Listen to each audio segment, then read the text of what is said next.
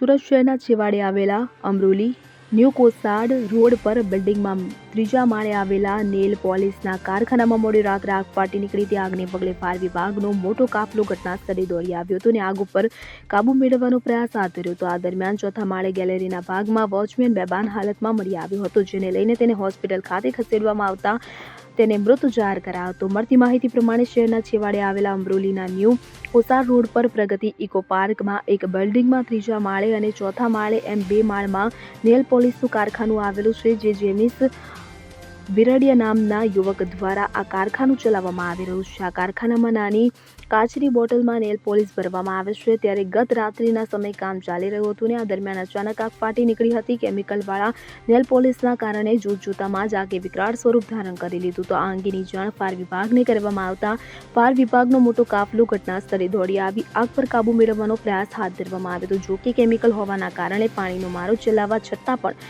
આગ પર કાબુ મેળવવામાં સફળતા મળી રહી નહોતી. તો આ સાથે જ આ બિલ્ડિંગમાં રહેલો એક વોચમેન પણ બેભાન હાલતમાં મળી આવ્યો હતો, જેથી તેને 108 એમ્બ્યુલન્સ મારફતે સિમીમેર હોસ્પિટલ ખસેડવામાં આવ્યો હતો કે જ્યાં તેને ફરજ પરના તબીબો દ્વારા મૃત જાહેર કરવામાં આવ્યો હતો. ત્યારે 6 કલાકની ભારે જહેમત બાદ આગ ઉપર કાબુ મેળવવામાં સફળતા મળી હતી. આગને પગલે કારખાનાના માલિકે જણાવ્યા અનુસાર તમામ સામાન બળીને ખાખ થઈ ગયો હતો. 80 લાખ રૂપિયાનું નુકસાન થયું હોવાનો અંદાજ જણાવાયો હતો.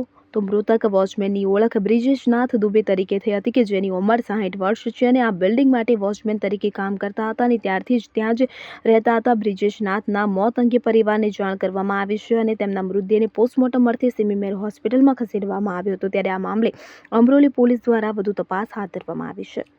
સુનિલ ગાંજાવાલા સાથે CN24 ન્યૂઝ સુરત. હવે જુઓ દેશ દુનિયાની તમામ ખબરો તમારી આંગળીના ટેરવે.